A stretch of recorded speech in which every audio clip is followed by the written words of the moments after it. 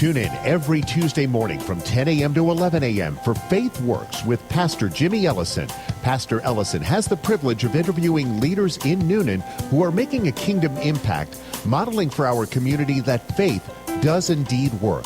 So don't miss an episode of Faith Works with Pastor Jimmy Ellison, Tuesday, 10 a.m. to 11 a.m., only on WQEE 99.1 FM, The Key. Hey, I'm Jimmy Ellison. I'm the pastor here at Newnan City Church. I want to thank you. You'll find as you walk through that we focus on three areas primarily. One is worship, small groups, and local missions. And our purpose is transforming lives for Jesus' sake, helping individuals experience that transformation. And we use these three areas, worship, small groups, and local missions, to help individuals experience that. So you'll get a sense of who Newnan City Church is, and I hope that you'll come and worship with us soon. Take care, and God bless. The views and opinions expressed during this broadcast do not necessarily reflect the beliefs of this radio station, its management, or its sponsors. Listeners are urged to use their own discernment to draw their own conclusions. It's now time for Faith Works with Pastor Jimmy Ellison from Newnan City Church. Good morning, Newnan. This is Jimmy Ellison. You're listening to Faith Works, where each week we have conversations with leaders in our community who are demonstrating that faith does indeed work. And this morning, I am thrilled to have my good friend Rick Barnes with us today. Rick, so glad to have you on the show today. It's great to be here. Thank you for the invitation. Absolutely. Well, you know, when I first met you, Rick and his wife Joy worshiped with us. When I first met Rick, he's one of these Renaissance guys, done a lot of different things and has been around Newnan a long time. And I thought, man, what a great guest to have on the show to come and share a little of his story. And let's just start off with, you're from Georgia. You're a Georgia boy, right?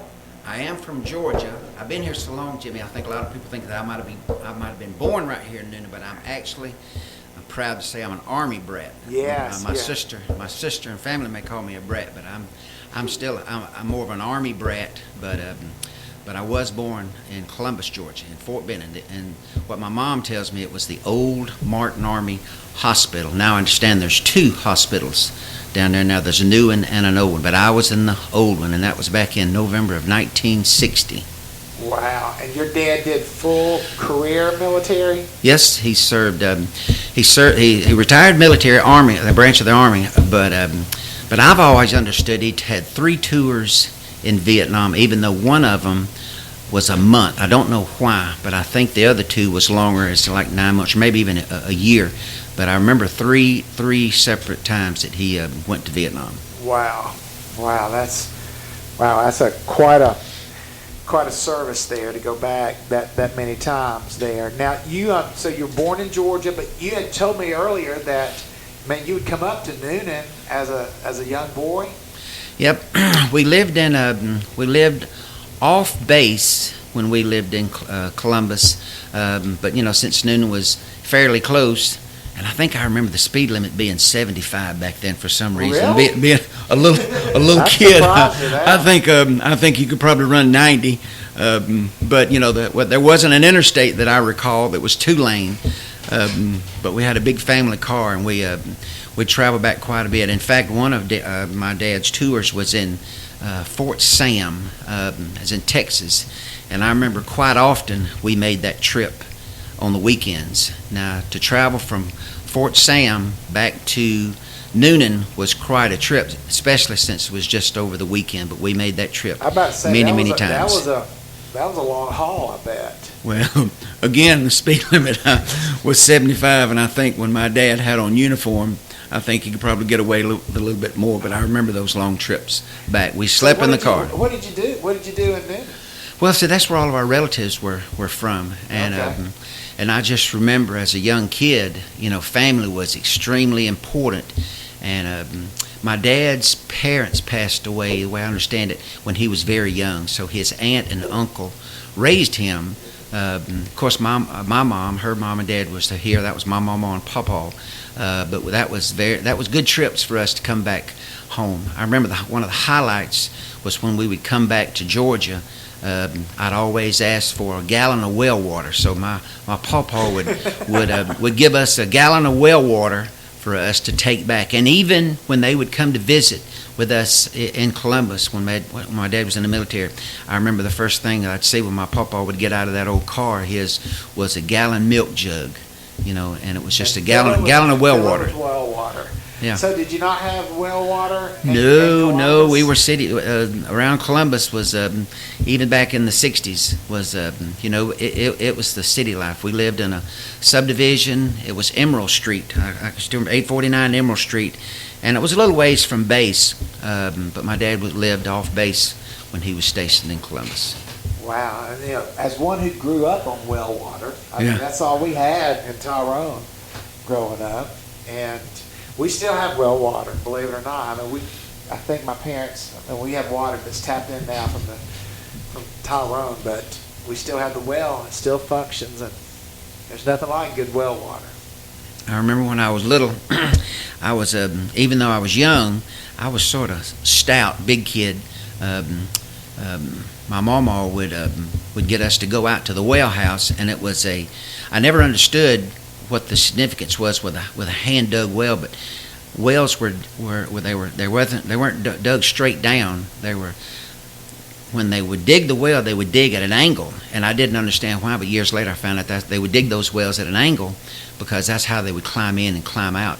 So once a year, or maybe even twice a year, we'd go out, and I was strong enough to lift up that concrete top for my mama to pour a half a cup of Clorox in that well. So for the next few days, at least it smelled like a swimming pool. Yep. And tasted like a swimming pool. Yep, exactly. I remember that. So you grew up as an Army brat, but you eventually ended up in Newnan, right? Because you graduated from Newnan High School. Yep. So what was that transition like? Well, when my dad retired, and I can't remember what month, but it was, I think it was either 70, 71, but the reason that I know it was right around then is I was in the 4th grade, and right around that time in the 4th grade, I was involved in sports a little bit, but I started limping, and my parents kept asking me, "Why are you limping?" And I said, "Well, I don't know. I just started limping." And in November of 1972, at Fort McPherson Hospital in Atlanta, I learned the term of bilateral slip epiphysis. And I don't even know if that term even exists today, but that means when the femur or the slips out of the pelvic girdle. And my buddies always used to say it's about like that dog that had that hip dysplasia. Yeah. But in November 6th is my birthday, but I was put in the wheelchair on my birthday. I come home in a wheelchair. A week later, I went back to Fort McPherson to have, at that time, appeared to me a very major surgery, but where they just put pins in each of your hips. They'd put your hips back in place, and then they would put what they call nose pins in your hips. So even though I was right-footed, I was right-handed, my left was worse. So they put 4 3 3/4 inch pins in my left and 3 3 1/4 inch pins in my right. And what year was this? It was November of 1972. Yeah. And till this day, Jimmy, I can remember going into the operating room just to have pins put in. Now it's almost like it's outpatient. Not outpatient, but at least maybe a night. But I went into surgery with 2 or 3 orthopedic military surgeons, and I remember waking up and I was god-awful sick. And when I come to my senses, keep in mind I just turned 12, I think. They told me that the X-ray machine, something didn't work. So I remember them putting me in a green station wagon ambulance, and it was cold because it was November, and the ambulance back then was a station wagon. I mean, when you was laying in a stretcher in an ambulance and you raised up, you'd bump your head. The ambulances was different. So I was transferred the day after the unsuccessful surgery to Georgia Baptist to a doctor who has long time since been passed away. His name was Dr. Fletcher, and he did the surgery with 2 or 3 military orthopedic surgeons not overseeing it, but just there with him, observing, that not even assisting, but just observing. So so I stayed in the hospital, I think, really a total time of 28 days. You were a guinea pig. Yeah, I might have been. I might have been. And that hospital stay was 28 days. Now, the reason that sounds, it may be sort of talking too much, but the reason that is significant to me is when our son, Rick Jr., when he turned 13, boom, same thing happened to him. And and at the time, we were attending First Baptist Church in Newnan. I was already I worked 32 years at Newnan Utilities, but at the time, believe it or not, it was an outpatient surgery, and I checked our pastor, Dr. Gene Tyre. He said, "Rick, if you can afford it, I would recommend it." We were just young parents, Joy and I. He says, if you could afford it and if you can swing it, I recommend that you spend the night in the hospital. So right over here at Newnan Hospital, where the college is now, Dr. Powell did that same surgery on our son, and the next day he was discharged, and he was a freshman in high school, I think. So he missed his freshman year of athletics in school, and 6 weeks on crutches, and he was back going. And he's 30. He's in his 36 no today. Issues. No issues. Now he's probably going to have to go through the same thing I did. One day he's probably going to have some replacements. But hey, he's good. He's in good shape, and he's active. He had this. That's amazing. He had the same issue, same problem there. Mm-hmm. So you grew up here in Newnan, and now were you always part of First Baptist Church? Was that your church home growing up? No, believe it or not, when my dad was in Vietnam, I don't know who was the bigger roughneck, me or my older brother, Steve. But my mom, I guess she finally come to the conclusion, I got to get y'all in church somewhere. So somehow, some way, maybe through some friends, there was a church on Jefferson Street, across the street from Pizza Hut, and it was a Lutheran church. I remember the name of it. It was Zion Lutheran Church. Across the street from Pizza Hut on Jefferson, and now it's a daycare. Okay. Now it's a daycare. I was in the wheelchair, and I remember going up to that church, and I would have to wait there until enough members came to pick the wheelchair up and put me in the church. It was a couple of steps up, 1 or 2 steps. Wow. So every week, there weren't any handicap access. Wow. So, I mean, and it was just no big deal. You know, family would drive up and they'd just say, okay, you know, because mom couldn't. Rick? Yeah, so they'd lift me up. It's just 1 or 2 steps and push me in. No problem. I was ready to go. That is fascinating. I love it. So you started going to church there. Did your mom go with you? Did your dad go with you? Now, I remember Dad was either just getting back or just leaving, or he just left. But right when you were 12 or 13, right along in there, and I guess 4th or 5th grade, the Lutheran Church recommended like a catechism. Yeah. And confirmation. It's confirmation, yeah. So my brother went through it, you know, and I went through it and after it used that. To be But Lutherans, it was like a 2 or 3 year process. I think mine was 2 year, and I still see my teacher around town. She's Marilyn Mason, and her husband Bob Mason are both members at the gym right over here next to the Newnan Piedmont Fitness Gym. Yeah. And I still see them. We text occasionally, and we run into them occasionally. But she was my teacher, confirmation teacher, and still remember her a lot. But anyway, that's when we first started church. Years later, after Joy and I met, got married, we were attending East Newnan Baptist Church, and to us, Jimmy, that was a family church. My sister went, my brother even went there, but that was our family church. Now that's when East Newnan was over.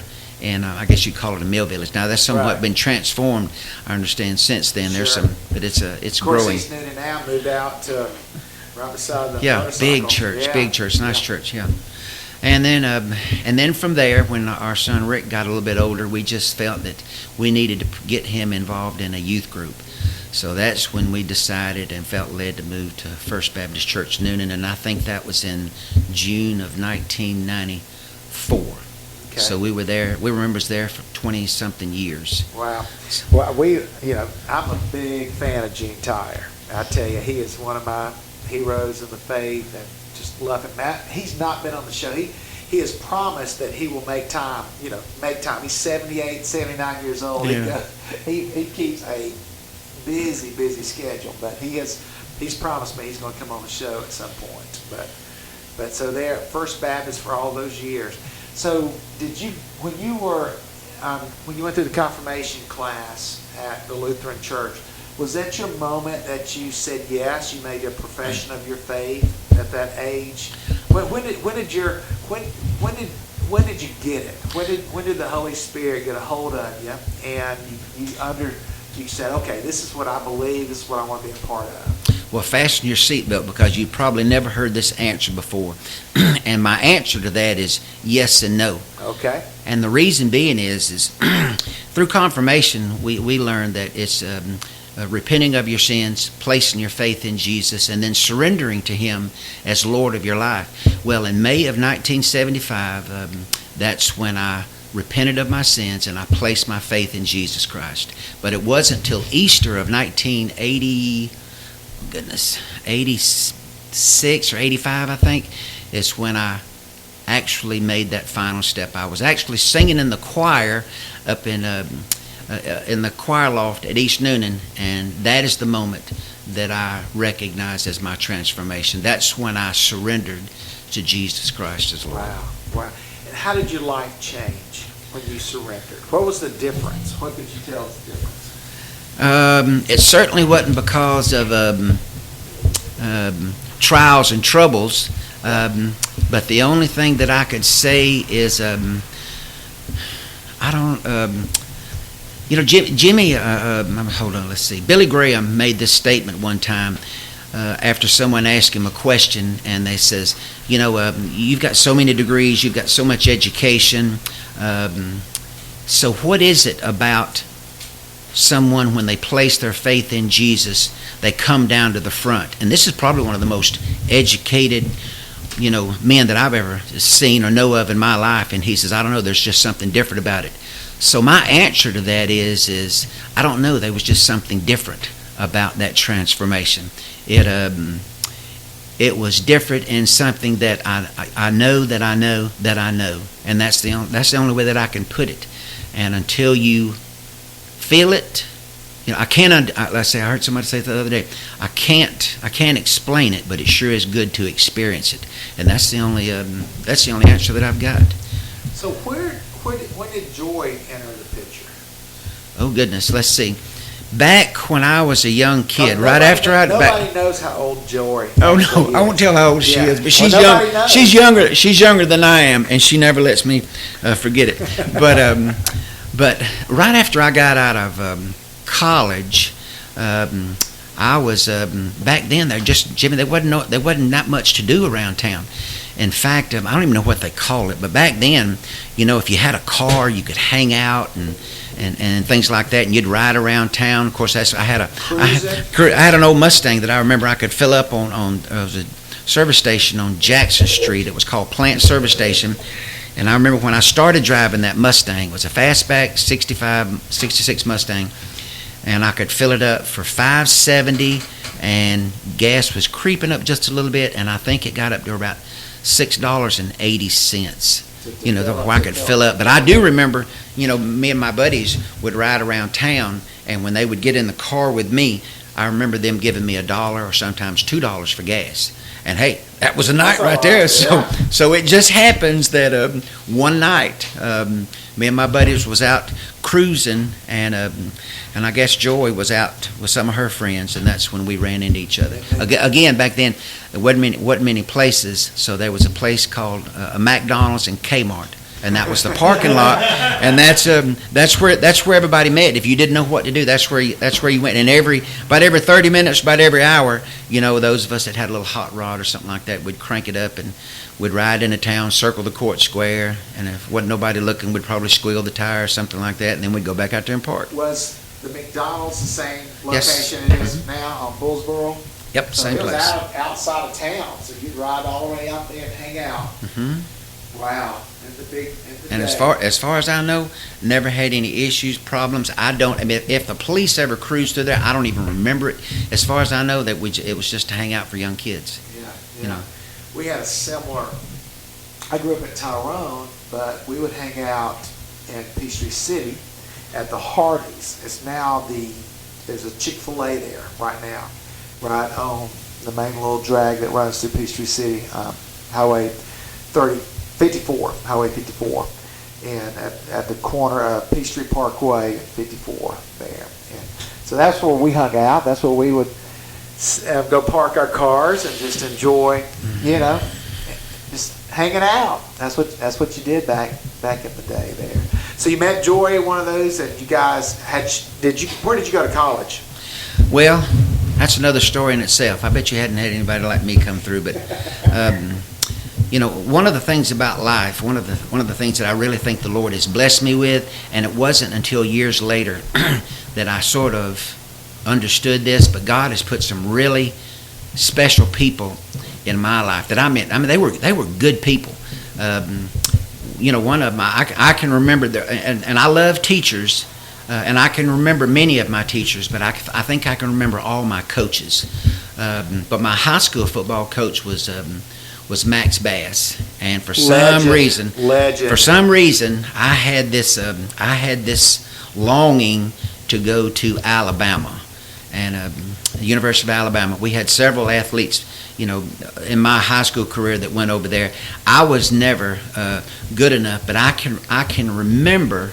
Now, believe it or not, this is the way that recruiting took place when I was in high school. I can remember one day. It was during the summer. We weren't in practice or anything like that, but I remember Coach Bass pulling up in my front yard, and he was in a Coweta County vehicle. It was an old green, I want to say a Dodge station wagon, and a guy got out wearing an Alabama shirt, and if I don't mess his name up, I want to think his name is Lou Alvazano or something similar to that, and he was from the University of Alabama, and he was, from what I understand, an offensive line coach, and they were looking to recruit an offensive lineman position, possibly a guard. And I guess recruiting was a little bit different. They looked to recruit players to take the place of players. And I don't know if I'm exactly right on that, but there was an offensive guard named Jim Punches or something like that, and his number was 63, and he played offensive guard for the University of Alabama, and they were looking for someone to replace him. And they were just there. They told me this story. So Coach Alvazano said, "What I'd like to see you walk." So I was actually in the front yard cutting grass on a Snapper Comet lawnmower, and he says, "I'd like to see you walk." So I didn't know I didn't know what that meant. So he says, "If you don't mind, because I was sitting on this Snapper Comet lawnmower," he says, "stand up and just turn around and walk." And I was thinking, didn't want to turn my back on him. He said, "No, turn around and walk away from me." So I turned around and I walked away from him. I can't remember, 5 or 10 feet. And, I remember us shaking hands, but evidently he didn't like my walk. You didn't walk right. I didn't walk right. But, and I don't know if I was discouraged, but a couple of weeks later, Coach Bass pulled me to the side, and he says, "Well, it didn't pan out, but I want you to go visit someone that he's not a Bear Bryant, but he coached for Bear Bryant, and he says he's one of Bear Bryant's best friends, and he wants to see you, and he wants to fly you to Kinston, North Carolina." And that's when I found out about Pat Dye. Pat Dye was actually he was the head coach at East Carolina, and I'd never even heard of East Carolina. So that was such a long time ago. My parents took me to Atlanta Hartsfield Airport, put me on a 4-engine prop plane, flew me to Kinston, North Carolina, to where I met Coach Neil Callaway. Now, Neil Callaway's got a long reputation. I think he was at Florida State for several years. I think he might have been at Georgia.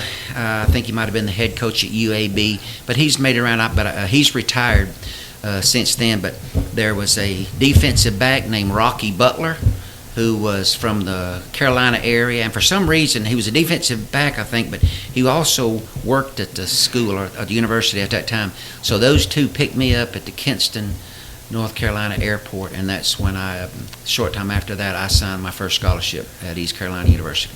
Really? Yeah. And you were offensive lineman? Yes, and I never played offense in high school to amount to anything. There was a certain type of offense that Coach Bass would run, and I don't know what they would call it. I don't know if it was goal line, but once we got inside maybe the 10-yard line, and he would call in the beef. He would call in the big boys. Now, I was a defensive end in high school, but the only blocking assignment we had was whoever was in front of you, blow them off the ball. Right. So that's all it was. And we used it several times throughout the season. Maybe it was like a goal line offense or something. Sure. But that's all it was. We would just come in at certain times, and you just went hog wild, 110%. So what did you play in college? And actually, I was what they called I didn't like the name of it, but they called it a weak side guard, yeah. And you would flip-flop back and forth, whichever side the tight end or whichever the strong side was. If it had a tight, I went to the opposite side. So you learned left and right, but I went to the weak side. Yeah. But that's a power eye.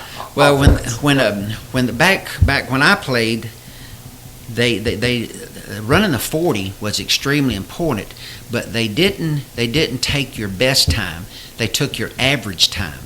And that, and I understand that now as I've gotten older, because, your fastest time, if you ran 5 40-yard sprints, if you weren't in shape, so to speak, it could vary, a half a second.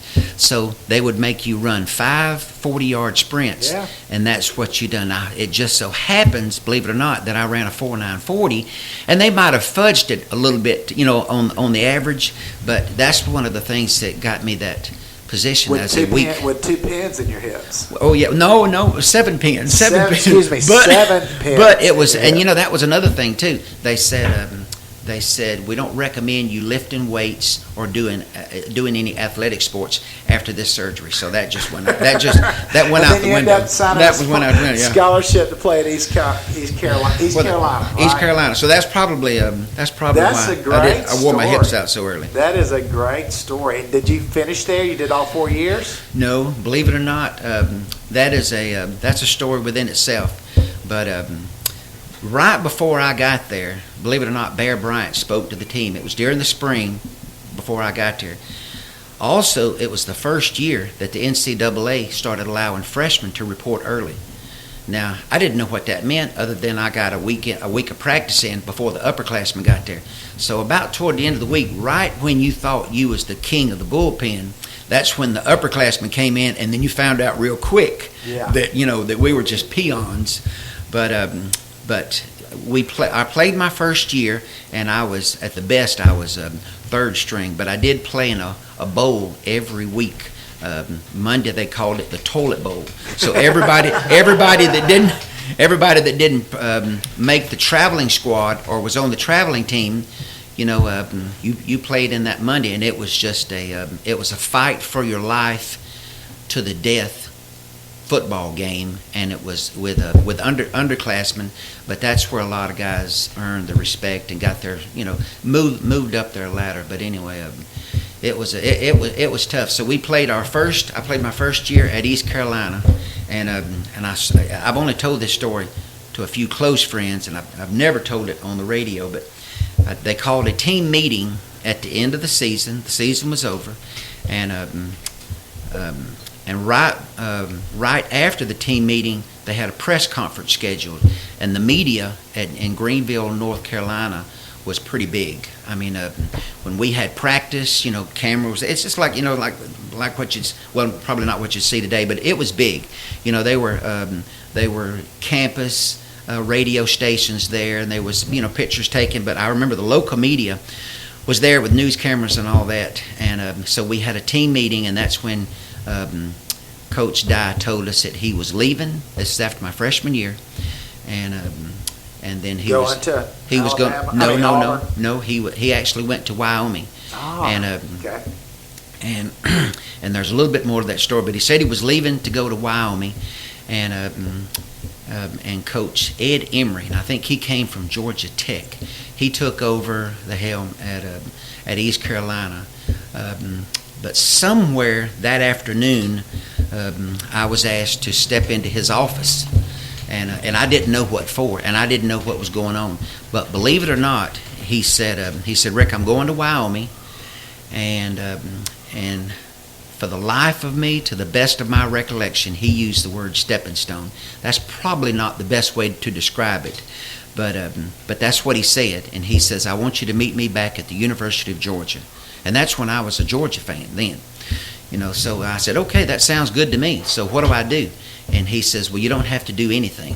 So I don't know who, how, where, I don't know anything. All I know is I reported to what they called an subsidiary. It was a junior college in the Delta of Mississippi.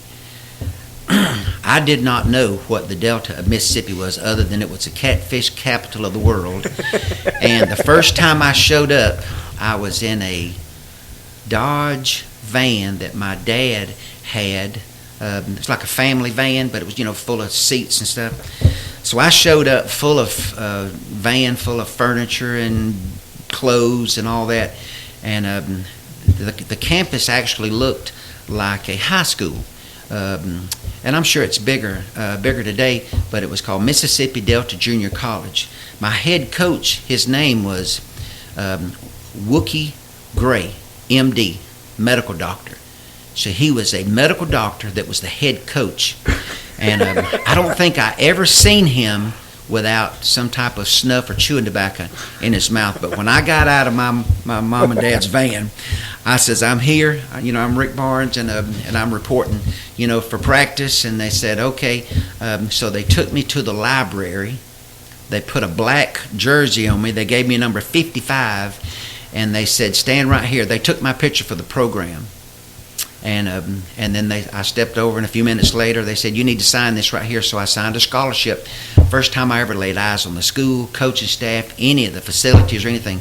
So I signed a scholarship, and that was my sophomore year. So at the end of that year, and the one thing about junior college football, and you can ask anybody that's played junior college football, it's like you went to a fight and a football game broke out. And I say that because I not only experienced it, I felt it. And I mean when junior college football players got in a fight, sometimes it would start in the stands, cheerleaders, and then the players, and then sometimes it would be with the players, cheerleaders, and then the fans. I mean, I've got stories where some of our players had to have coaches or police officers guard them on the way from the football field to the locker room because our opponents' players' parents was after the players. I mean, it was pretty tough. Junior college football was tough, and for those that's played junior college football, you understand what I'm talking about. That was some tough nights, and there wasn't any airplane trips or anything like that. It was 4 and 6 hour trips on a bus, and that was even to and from. We didn't spend many nights. It was almost like a high school string budget, but it was something. At the end of that year, I was in the cafeteria with a bunch of football players, and a lot of girls that we hung out with were athletes. So there was a bunch of girls and guys, and Coach Gray come up to me and handed me a football and a letter. And the letter was from Neil Calloway, who was the offensive line coach now at Auburn. And for those that follow SEC football may remember, in 80 or 81, I guess maybe 82, Vince Dooley was just a fraction away from leaving Georgia and signing with Auburn. And then Coach Dye was leaving Wyoming, and he was going to go to Georgia. Well, all of that fell apart. Vince Dooley stayed at Georgia, and Coach Dye signed it at Auburn. So when Wookie Gray handed me a football, and he said, "Start snapping this football 200 times a day, and Coach Callaway will be in touch." So they were looking for a center, I guess. So I said center, not center, right? Right. So, I got it. I know what you meant. I know what you meant. They got both. They got both. So there was a couple of backup quarterbacks, at Mississippi Delta that, because remember, you only played 2 years, so they were some incoming freshmen that I was snapping the ball. Well, shortly after that, that's when my college career ended. I showed up at Auburn, and I knew what was coming because I had several. Back then, there was some mail correspondence, but most of it was was landlines. They would call you from the field house or from their home, and they would call you at your home. And that was the way we communicated. So over the summer, he says we're going to do the same type of conditioning, test that we done at East Carolina, and that was linemen had to run 440 yards, and you had to run it within 85 seconds. Now that wasn't that big a deal, but you had 60 seconds to rest, and at the end of that 60 seconds, all the big guys, the linemen, would have to run another 440 yards and under 85 seconds. Now that was a half mile. Then you got your second repetition of a 60-second break, and then you'd have to run the third lap with a 60-second break, and then the final mile or the final quarter of a mile that you run, it had to be under 85 seconds.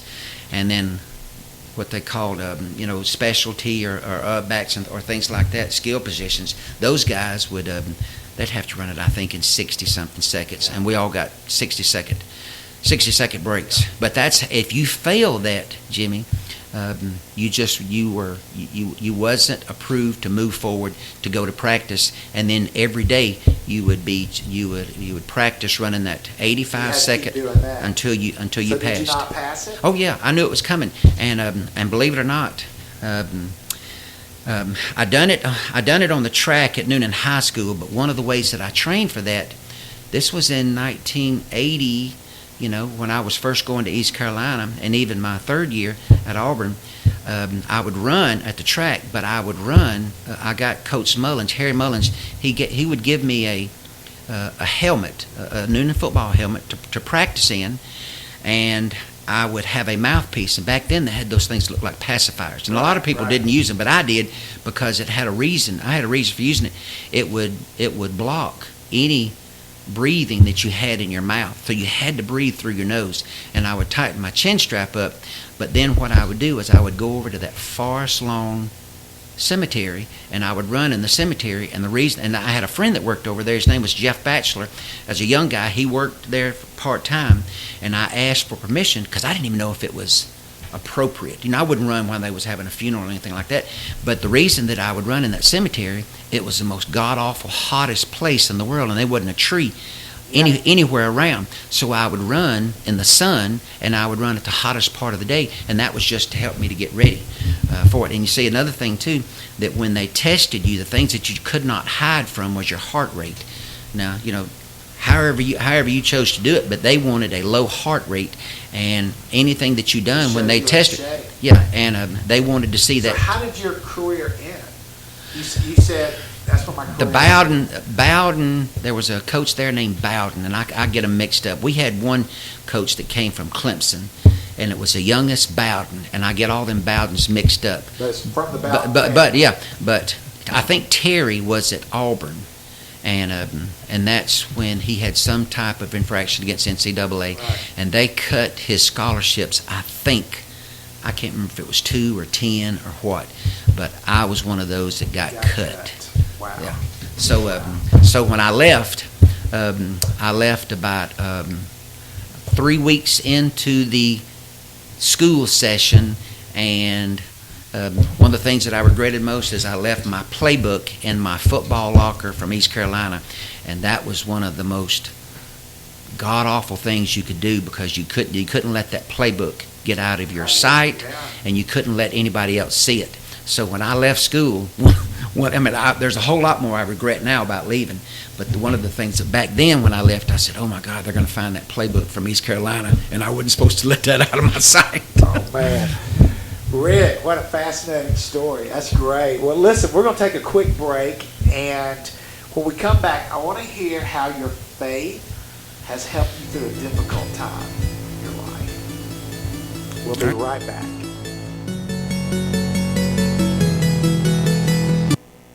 You've been around long enough to know good stuff when you hear it. That's why you're here now. Classic Hits, WQEE 99.1 FM, The Key. At Newlink, WOW, local matters. Local keeps our families and businesses thriving. WOW takes pride in serving the Newnan and Peachtree City communities and supporting Coweta County charities and events. For the fastest local internet, call 770-683-1931.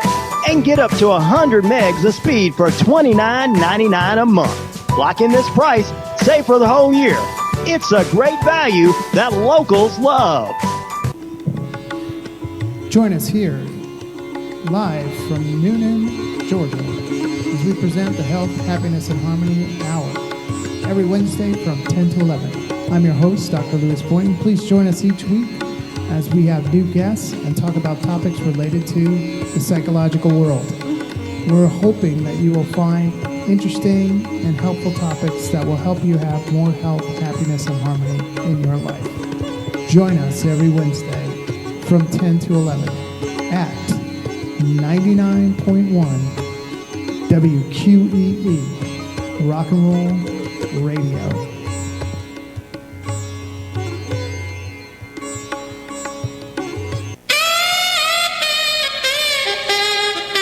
Tune in the second and fourth Thursday each month for Know Your Rights. I'm your host, Charles Trauble, and we will discuss your rights and have plenty of information on what those rights are. Every second and fourth Thursday from 10 a.m. to 11 a.m. on WQEE 99.1 FM. Ever dreamed of being a radio DJ or hosting your own show? Now here's your chance. WQEE 99 Rock the Key is giving you an opportunity to host your own show. If you'd like to get your advertising message across the thousands of listeners throughout the area, here's your chance. Hosting your own show is the way to do it. Perfect for attorneys, realtors, churches, sports talk shows, and more. Contact 678-673-6318 for further information. Host your own show.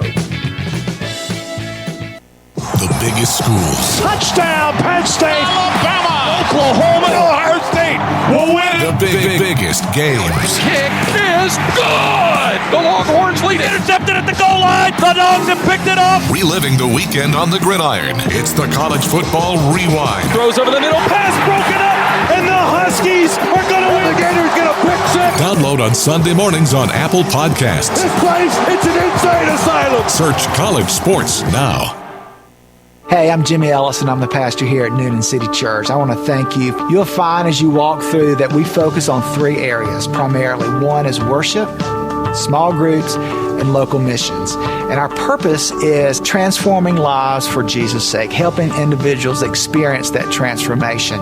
And we use these three areas, worship, small groups, and local missions, to help individuals experience that. You'll get a sense of who Newnan City Church is, and I hope that you'll come and worship with us soon. Take care, and God bless. Around long enough to remember getting up to turn the channels on the TV?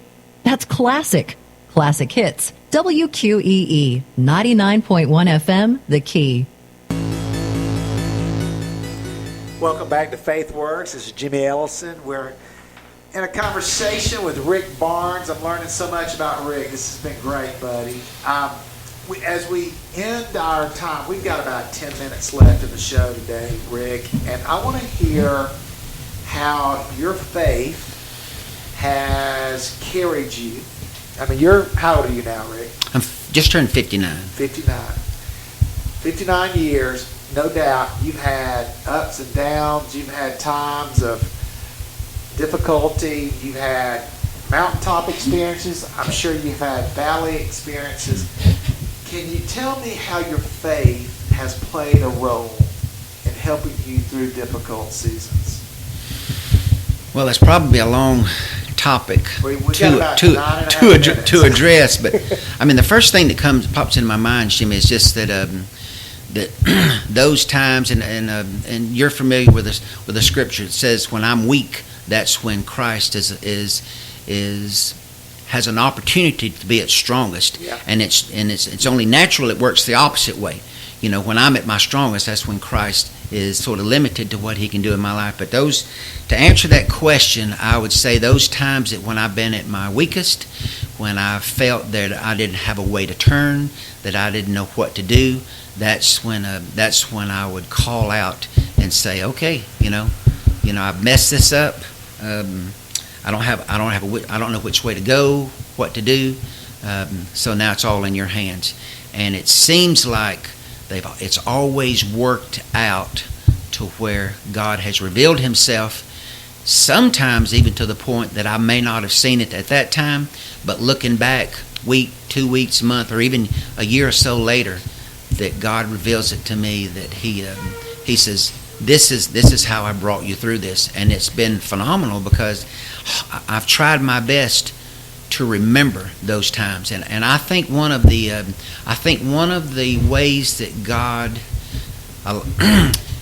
is allowed to continue to reveal himself is because of when we remember those times that he's done that. Yes. Pick something out in your life that he's delivered you from, that he's blessed you with, and for no reason whatsoever, just to remember. Say, God, I remember when you done this for me. Yeah. I preached a sermon once, and the title was God's Favorite Word, and it's remember.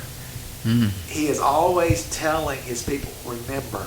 Yeah. You know, Old Testament, remember how I brought you out of captivity. Mm-hmm. New Testament, Jesus says, do this in remembrance of me. There's that theme of remembering God's faithfulness as we move throughout our lives. And that plays a big role in our faith journey, our faith development is remembering. When you hit that rock, when you hit that difficult season, what is it that you remember about God's faithfulness? I guess I would say just the basics. You know, we try to, at times in my life, I've tried to remember what's the key, what's the equation, what's the formula, and it's always, it just seems like it comes back to the very basics. Repentance, humble yourselves, seek God, and that's when all the formula has a way simply to work out. It's not rocket science, I may say, but it's something that just fits into place when you just get back to the basics. Yeah, that's good. That is good. Well, what's next for Rick? What's next for you, man? I don't know, but I retired from Noonan Utilities at the end of March this year. And I laugh when you say that. You're one of the busiest guys I know. You say you're retired. Well, it was just when I walked in the door at Noonan Utilities, I did not know what God had in store for me. But over 32 years at Noonan Utilities, I can remember a lot. But we certainly don't have time today to mention it. But for the lives that was transformed, for the things that took place within the organization, for the people that put all the pieces of the puzzle together at Noonan Utilities, that's been hired and retired, and some even passed on. That's been a part of my life. It's been a road that I would have never dreamed of. But it's been a remarkable road. But for the next step, one of the things that I pray each and every day is there's so many important things that takes place throughout a day. It's just man's nature to get into a rhythm of things and to let things pass by you unnoticed. And one of the things that I think about, that I pray about each day, is divine opportunities, divine appointments, and also help me to never overlook the unnoticed. If they're sitting on a park bench, if wherever I'm at, 10,000 years ago, God created this day. So no matter who I meet, no matter where I go, it's an opportunity to make a difference. That's good, Rick. Now, as your pastor, you're involved in many of our local mission opportunities. As you know, that's what we focus on as a church. You are intentional about doing just that, making sure that those who there's a temptation for them to be overlooked, you don't overlook them. You're there, sir. Well, I try not to. And again, I mentioned praying for divine appointments and divine opportunities. It's it makes me feel sad when I feel that I might have missed an opportunity, and it takes time to sort of get acquainted with that, because when you walk into a room, I try my best to make eye contact with people, and I try my best to speak, even though I don't know them. At least smile, or nod my head, and given the opportunity to introduce myself or something like that. But I don't want to get in anybody's way. But I know that every person that I meet has a story, and if there's an opportunity there to make a difference, man, why not? We can look back at some of the miracles that Jesus done, and they're phenomenal. But we overlook those miracles about speaking to someone and starting a relationship. Why isn't that a miracle? Encouraging somebody by however you can encourage them. Why isn't that a miracle? When I get back home to my family at the end of the day, why isn't that a miracle? We're 2 days away from Thanksgiving. And such an opportunity to gather together with family, because I realize that there's some people, that today don't mean anything. To me, it's 2 days away from Thanksgiving, and I know everybody agrees that we should be thankful, all the year. But this is the time that we can gather together and publicly express our Thanksgiving. Very specific. And you have the one son. Yep, just one. Just one. And you were sharing earlier, your family's getting together for this Thanksgiving. You have lost your brother in the last week or two, and so it's going to be a time to come back together as family and reflect on his blessings, even during difficult times. Yeah. My brother was diagnosed with cancer, I think, end of October, 1st of November, and we didn't know what in the world to expect. But over the next 2 weeks, looking back, look at the God-giving opportunity that we had to spend, 2 weeks with him, when many times people never gets to say goodbye. That's a difficult goodbye, but at least we got to say goodbye. Absolutely. Rick, it's been so good having you on the show today, man. Just been a blessing.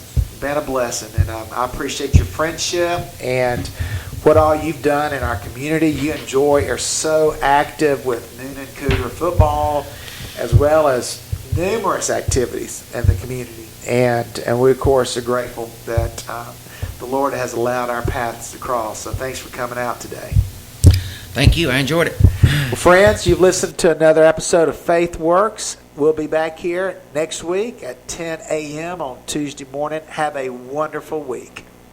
Thanks for tuning in to Faith Works with Pastor Jimmy Ellison from Noonan City Church. Tune back in here next week for another edition of Faith Works.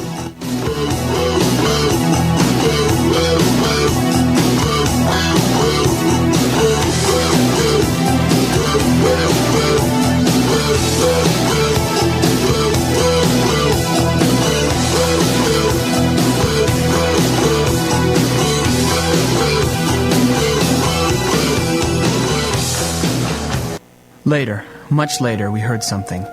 We didn't breathe for listening. Then footsteps on the back porch, creeping, then more confident. After all, nobody was home. A hand closed on the knob on the screen door to the kitchen and found it latched.